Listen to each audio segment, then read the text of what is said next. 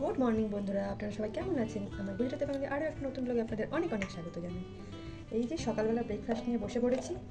সোনামার জন্য এটা সোনামার টিফিন। সোনামার জন্য এই যে সুজির উপমা বানিয়েছি, আর আমার এই যে একটু ব্রেড নিয়েছি, ব্রেডে বাটার লাগিয়ে নিয়েছি, একটু মধু লাগিয়ে নেব। এটাই হচ্ছে মাম্মাম আর তার মায়ের নাস্তা।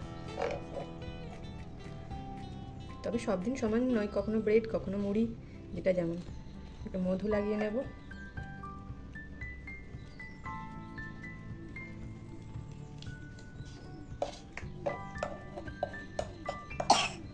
সুন্দর করে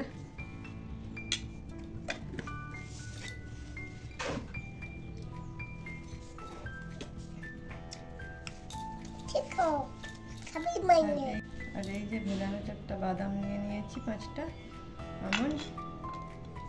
এটা আমার ব্রেকফাস্ট আর ওটা সোনামার ব্রেকফাস্ট। চলুন তাহলে খাওয়া দাওয়া করে নিই, তারপর আবার আসছি পরে। দেখুন, যতই ভাবি যে ফুলকপি আর নেবো না, গরম পড়ে যাচ্ছে, কিন্তু বাজার গেলে এত সুন্দর ফুলকপিগুলো চোখে পড়ে যে না নিয়ে থাকতে পারি না। মনে হয় না এবার একটা নিয়ে যায়। 500 ফুলকপিতে এখানে প্রায় 30 টাকার মতো নিয়ে নেয়, মানে 60 টাকা কিলো। এবার এই সপ্তাহেও বাজার গেছিলাম আর থাকতে পারলাম না। ওই আপনার আজ তো বুধবার, শনিবার করে বাজার গেছিলাম, সেদিন নিয়ে এসেছি। ফুলকপিটা কি সুন্দর, একদম টাটকা লাগছে। দেখুন গায়ে জল জমে গেছে। আজকে ফুলকপির ঝোল বানাবো, রুই মাছ দিয়ে ফুলকপির ঝোল। আর সেই তো রবিবার বলেছিলাম যে নিম পাতা নিচে থেকে নিয়ে এসেছিলাম, কিন্তু মাঝে মাঝে এমন অলসতা লাগে না যে নিম পাতাগুলো যে ভেজে রাখবো সেটা আর হচ্ছিল না। আর এই যে বুধবার হয়ে গেল, তারপরে ভাবলাম না নিম পাতাগুলো ভেজে নিই, পলিথিনে বাঁধা ছিল। তারপর এটা ধুয়ে ভালো করে 1 ঘন্টার মতো জল ঝরিয়ে নিয়েছিলাম, আর তারপরে যে ভাজতে দিয়েছি। আর এখন সন্ধে হয়ে গেছে, তাই সোনামার জন্য যে একটু প্যানকেক বানিয়ে দেবো।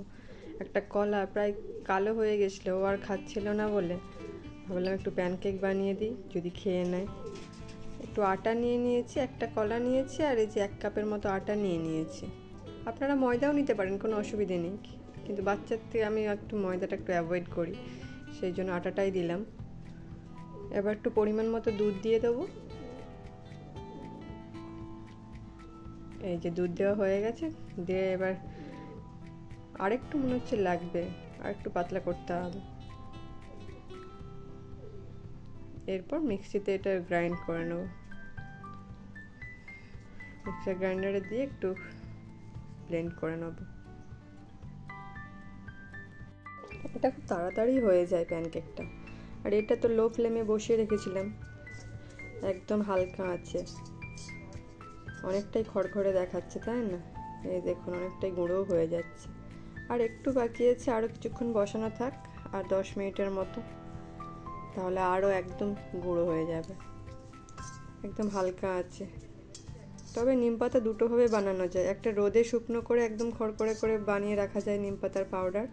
আর যদি রোদে না দেওয়ার পরিস্থিতি থাকে, তাহলে এভাবে কড়াইতে, শুকনো কড়াই গরম করে লো ফ্লেমে কিছুক্ষণ হালকা নাড়াচাড়া করলেই ভাজা হয়ে যায় অটোমেটিক। এই দেখুন অনেকটাই দেখতে পাচ্ছি, একদম খড়খড়ে, চামচেই ভেঙে যাচ্ছে দেখতে পাচ্ছি। একদম হালকা আঁচে বসিয়ে রেখেছি, কারণ এখানে বাতাসে এত ধুলো যে রোদে দেওয়ার পরিস্থিতি থাকে না আমার, সেই জন্যই। এই দেখুন, এই যে এখানে ব্যাটারটা তৈরি করে নিয়েছি গ্রাইন্ডারে দিয়ে প্যানকেকের জন্য। এরকমভাবে থিকনেসটা বানিয়ে নিয়েছি। এতে একটু যে বেকিং পাউডার দেবো,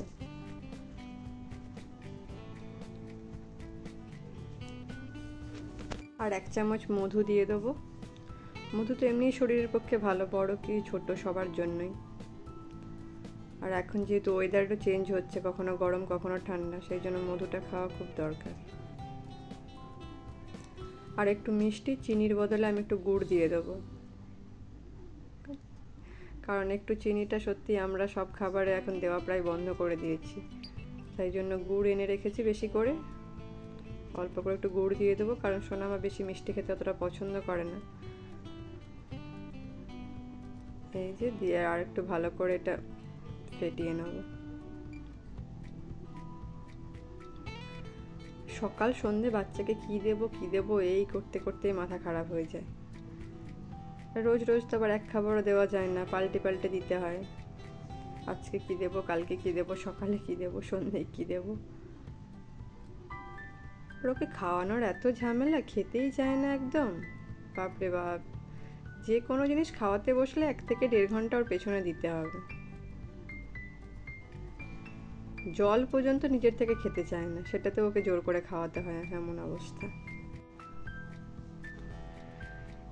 এবার এটাকে ঢাকা দিয়ে রেখে দেব, প্রায় 1/2 ঘন্টার মতো তো ঢাকা দিয়ে রেখে দেবো।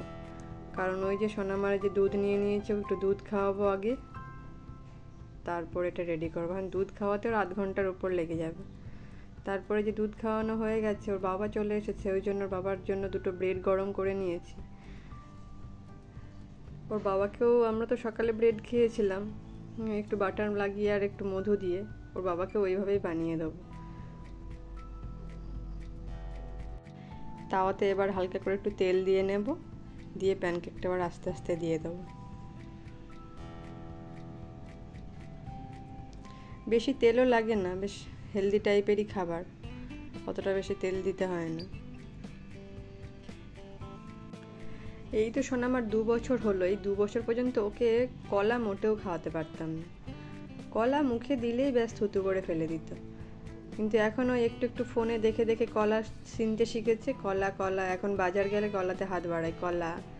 ওই জন্য নিয়ে এসেছিলাম, আমি বলি দেখি খাই নাকি, বলে ওতেই 2-1 টুকরো করে খেয়েছিল 2-1 দিন, বাস। 3টে কলার মানে ও কি বলবো, একটা মনে হয় খেয়েছিল, তাও 3 দিন ধরে।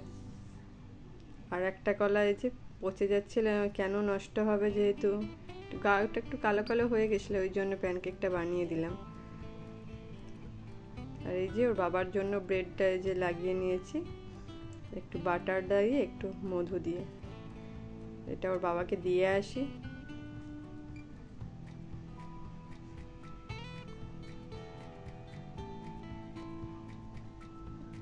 তারপরে এই যে দিয়ে চলে এসেছি, দেখি এবারে কেমন হয়েছে।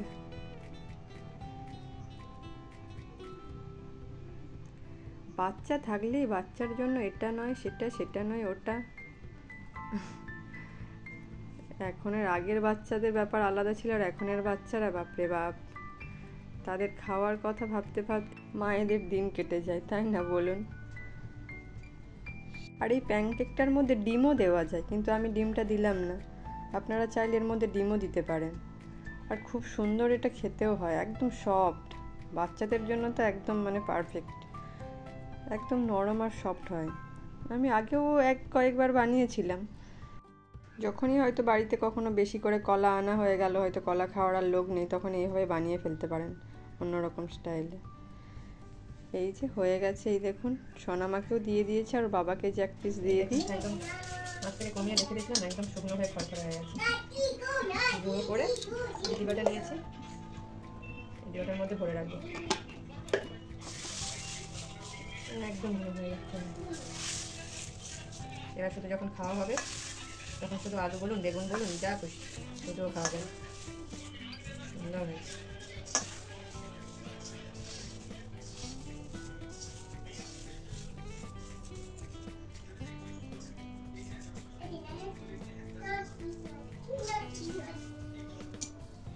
একটু হালকা পাতলা হয়ে গেলেও ক্ষতি নেই, ওগুলো খাওয়া হয়ে যাবে।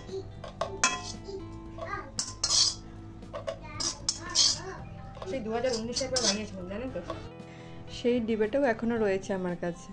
এই পদ্ধতি বানিয়ে মানে বছরের পর বছর রাখা যায়, নিম পাতার কিচ্ছু হবে না, সারা বছর আপনি যখন খুশি মন চাইলেই খেতে পারেন। আর কড়াটার এই অবস্থা হয়েছে, সোনামার ডেলিভারির সময় 2022-এ, তখন আমি বাড়ি চলে গেছিলাম 21 থেকে 22। তখন ওর বাবা একলা এখানে যখন ছিল তখন রান্না করে খেত, আর এই যে সেই থেকেই কড়ার এই অবস্থা। না হলে আমি যতদিন ছিলাম তখন কড়াটা একদম পরিষ্কার ছিল, এসে দেখি এইরকম হয়ে গেছে। এই দেখুন সব ভরে নিয়েছি বোতলের ভেতরে, ভাজা হতে কত কমে গেছে, তাই না? আর এইদিকে এই যে ওর বাবা চালের বস্তা নিয়ে এসেছে, চালটাও বাড়ন্ত হয়ে গেছিলো। এখানে বেশিরভাগটাই আতপ চাল পাওয়া যায়, সেই জন্য দোকানে গেলে বলতে হয় পাক্কা চাওয়াল, কারণ বেশি করে সেদ্ধ করা চাল বললে তবেই ওরা বলে দেয় যে হ্যাঁ এই বস্তাটা নিয়ে যান। চালের দামটাও বেড়ে গেছে। এই 2.5-3 মাস আগে নিয়ে এসেছিলাম 1400 টাকা দিয়ে 30 কেজি, আর এখন হয়ে গেছে 1560 টাকা। পরের পর চালের দামটা বেড়েই চলেছে, কি বলুন। ঠিক আছে, তাহলে ব্লগটা আজ এই পর্যন্তই। সবাই ভালো থাকবেন, সুস্থ থাকবেন আর সাবধানে থাকবেন। আর ভিডিওটি ভালো লাগলে অবশ্যই একটি লাইক করে দেবেন।